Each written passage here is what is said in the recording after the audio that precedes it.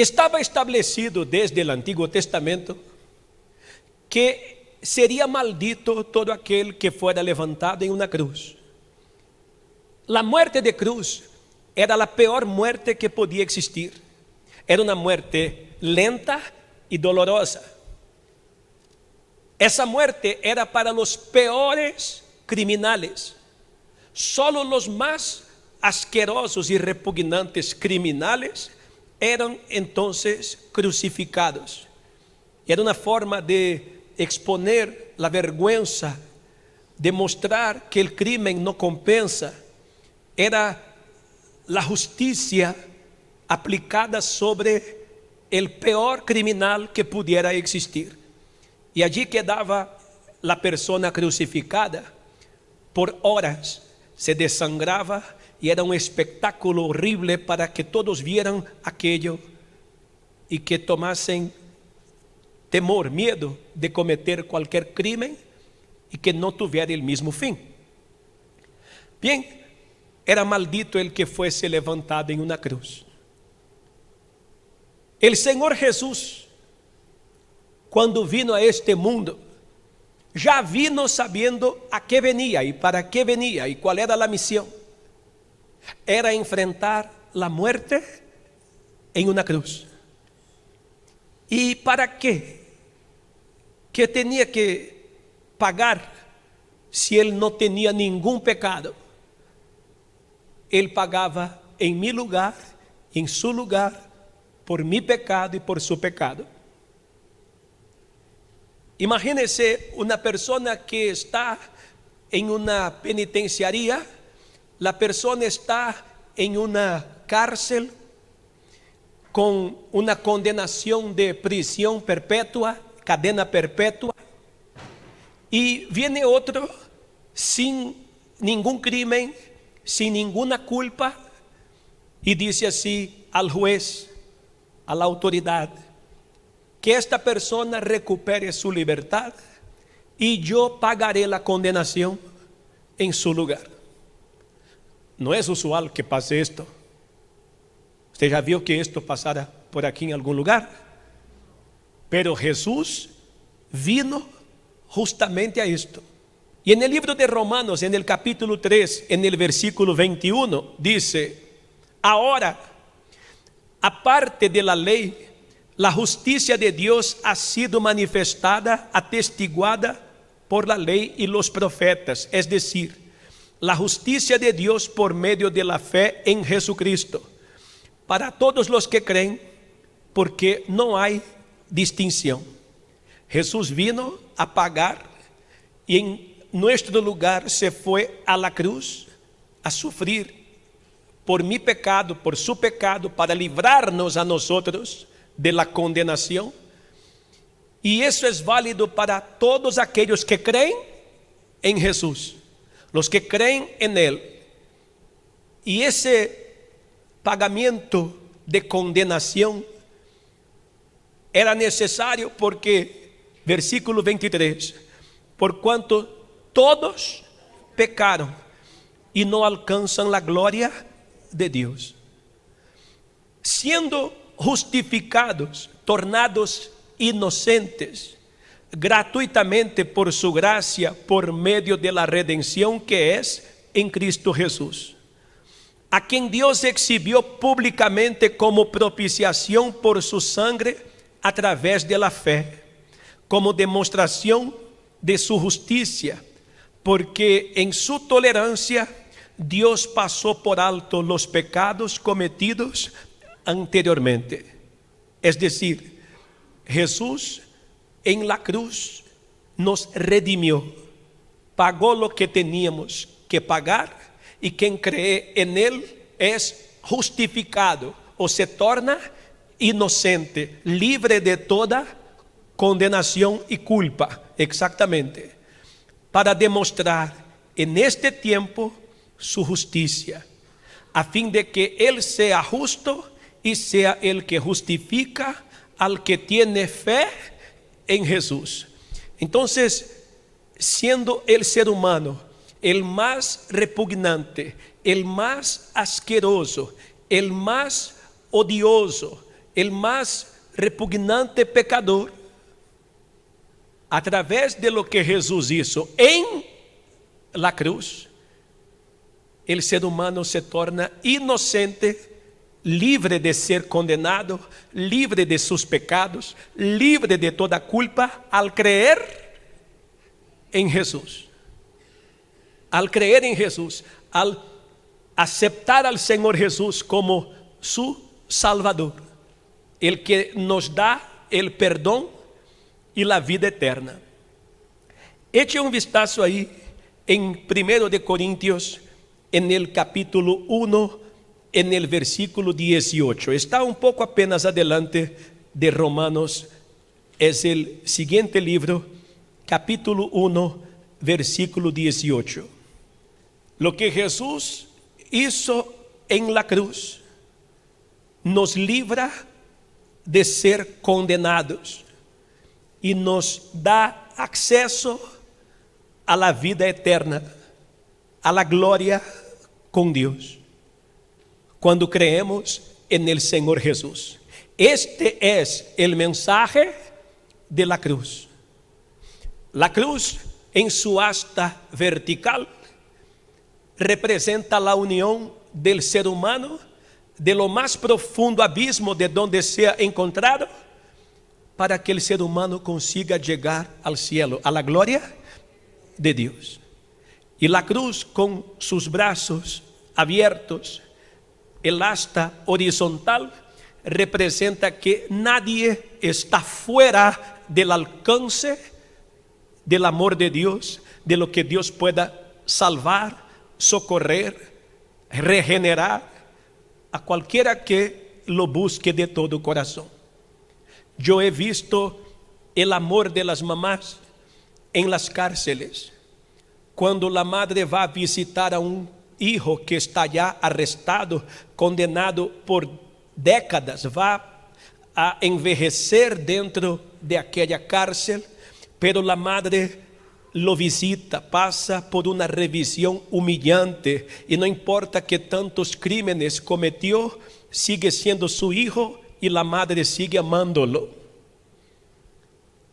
Me acuerdo de un secuestrador allá en Brasil, que secuestró un autobús lleno de pasajeros y terminó el secuestro con la ejecución. Un francotirador le disparó y mató al secuestrador. Al día siguiente, en su funeral, ¿sabe quién era la única persona que llevaba el cuerpo para ser sepultado? La madre y nadie más, porque aquel difunto era su hijo. Ella no estaba de acuerdo que le hubiera hecho aquel secuestro que colocó en pánico tanta gente en aquel autobús y se tornó noticia en los noticieros de la TV. Ella no quería que su hijo hubiera hecho esto, pero nada cambiaba la realidad de que aquel era su hijo, y ella era la única que llevó en un carrito empujando el cadáver de su hijo a ser sepultado. Así es el amor de una madre. Y no me equivoco cuando le digo que el amor de Dios por cada ser humano es superior, inmensamente, infinitamente superior que el amor de 1 millón de madres. Y Jesús mostró ese amor con sus brazos abiertos en la cruz, para recibir a todo y cualquiera que humillado y arrepentido lo busque de todo corazón. En Corintios 1:18 dice: la palabra de la cruz, predicar sobre lo que pasó en la cruz, que Jesús dio su vida en la cruz para salvar a todo aquel que crea, es necedad para los que se pierden. En algunas Biblias dicen locura. Pero no importa lo que el mundo piense, que hablar de lo que pasó en la cruz puede parecer obsoleto, necedad o locura, no importa. Pero para nosotros que creemos en el Señor Jesús, los que somos salvos, hablar de lo que pasó en la cruz es hablar del poder de Dios, como Dios tiene poder para salvar a cada persona que lo busque de todo corazón. Porque está escrito que Dios destruye la sabiduría de los sabios y el entendimiento de los inteligentes desecharé. ¿Dónde está el sabio? ¿Dónde el escriba? ¿Dónde el polemista de este siglo? ¿No ha hecho Dios que la sabiduría de este mundo sea necedad?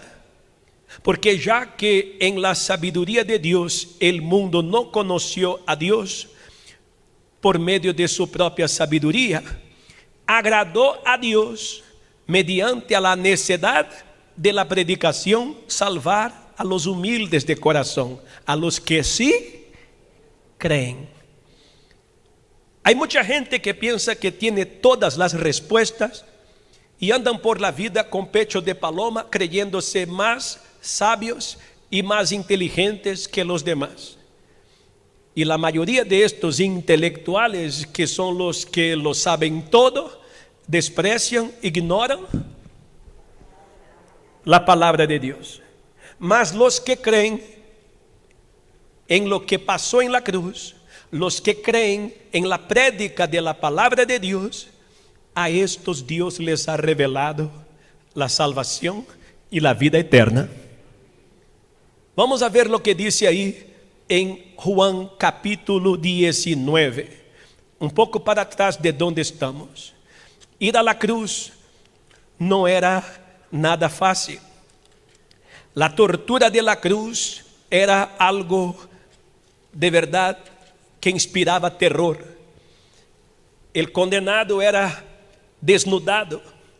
Al Señor Jesús le arrancaron la barba con la mano, cubrían su cabeza, le golpeaban con un palo y después descubrían su cabeza y burlándose preguntaban: adivina quién te golpeó.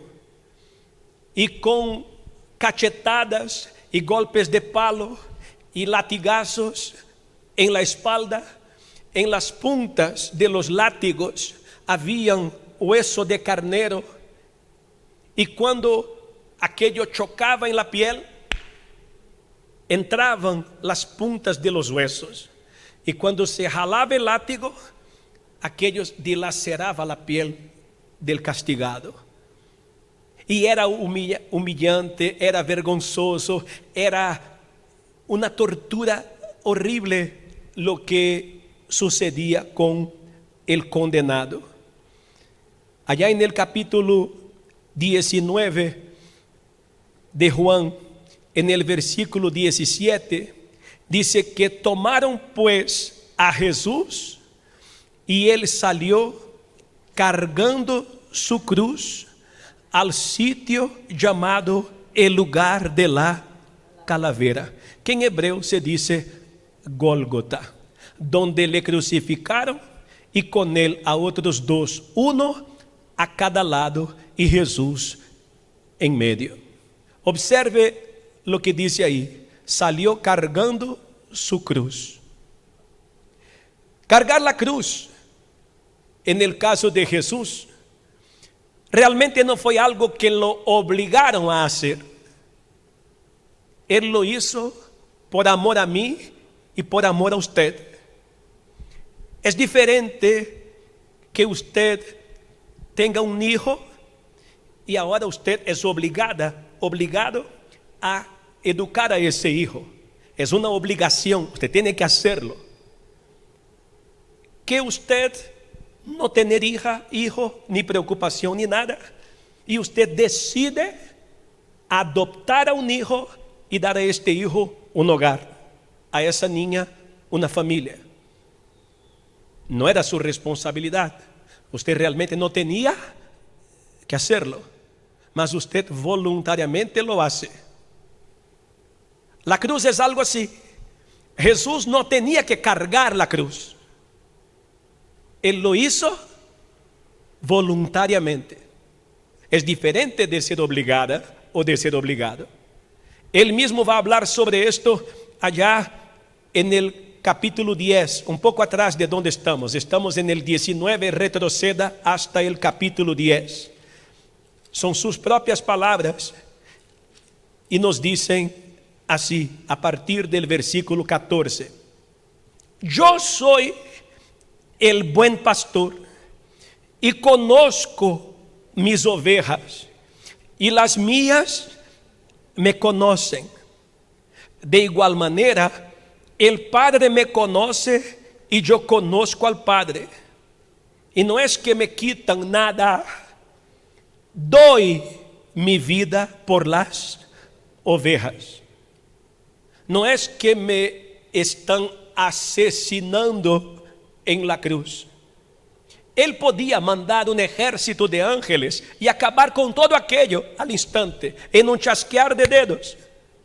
Todos los que lo crucificaban, incluso los soldados armados, todos caerían por el piso.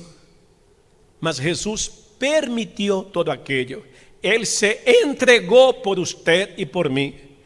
Como Él dice aquí, de igual manera que el Padre me conoce y yo conozco al Padre, y doy mi vida por las ovejas. No estoy siendo obligado a hacer esto. Estoy pagando con la muerte en la cruz por amor a todos los que crean en mí, para librarlos de toda culpa, pecado y condenación. Y dice ahí, por eso el Padre me ama, porque doy mi vida para tomarla de nuevo. Vamos a leer el versículo anterior. Tengo otras ovejas que no son de este redil, aparte de aquellas personas, de aquella generación. Él estaba pensando en nosotros aquí, en Honduras, en Centroamérica, tantos años después. Tengo otras ovejas que no son de este redil. A esas también me es necesario traerlas, y oirán mi voz. ¿Y cuál es la meta? Serán un rebaño con un solo pastor. Esta es la meta. No importa si usted es rico o pobre, joven o viejo, si usted es nacido acá o es extranjero, no importa el color de su piel, si es hombre o mujer, no importa. Lo que Dios quiere es que todos sean salvos, que todos tengan la oportunidad de vida eterna. Mas para tener vida eterna, usted necesita creer en lo que Jesús hizo por usted. ¿A dónde? En la cruz. Cuando Él estaba en la cruz, había a un lado suyo un ladrón que reconoció sus pecados y pidió a Jesús: Señor, acuérdate de mí cuando entres en tu reino. Y del otro lado de Jesús estaba un otro ladrón que más bien se burlaba y le decía a Jesús: si eres un rey de verdad, entonces bájate de la cruz y sálvanos a nosotros también de morir aquí. Y no creyó en Jesús. Estos dos ladrones que estaban uno a un lado y otro al otro lado representan hoy toda la humanidad. Hay aquellos que se arrepienten de sus pecados y quieren a Jesús. Quieren ser abrazados por Él, quieren su perdón, quieren tener la vida eterna que Él nos puede dar. Y hay aquellos del otro lado que más bien solo saben burlarse, criticar, no creen y aún les incomoda que uno crea. ¿De qué lado usted estará? ¿Del lado de los condenados o del lado de los que se arrepienten para ser salvos? Es usted quien decide. Todo lo que se tenía que hacer fue hecho. Su última palabra en la cruz fue: está consumado. Está pagada la fianza. Está comprada para toda la gente que cree en mí la vida eterna. Ahora va a depender de que crean o no. Va a depender de que usted abrace la cruz o la rechace. Va a depender de que usted confíe en el Señor Jesús y téngalo como su Señor y Salvador, o que usted le dé la espalda y lo ignore como uno de los ladrones a su lado. Es usted quien decide su vida, y de acuerdo a su decisión será su futuro de aquí en adelante. Si usted dice: yo quiero abrazar a la cruz, yo quiero abrazar a mi Jesús, es la decisión más inteligente que usted puede tomar. Él murió de brazos abiertos, dio su vida de brazos abiertos y sigue de brazos abiertos, esperando por todos los que se arrepienten y lo buscan de todo corazón. Y si usted dice: es eso lo que quiero, entonces yo voy a orar por usted, y el Espíritu Santo va a fortalecerla, va a seguir guiando sus pasos, así como el Espíritu Santo resucitó a nuestro Señor al tercer día y lo levantó. Usted puede contar con Él para darle vida y levantarle a cada día a usted también.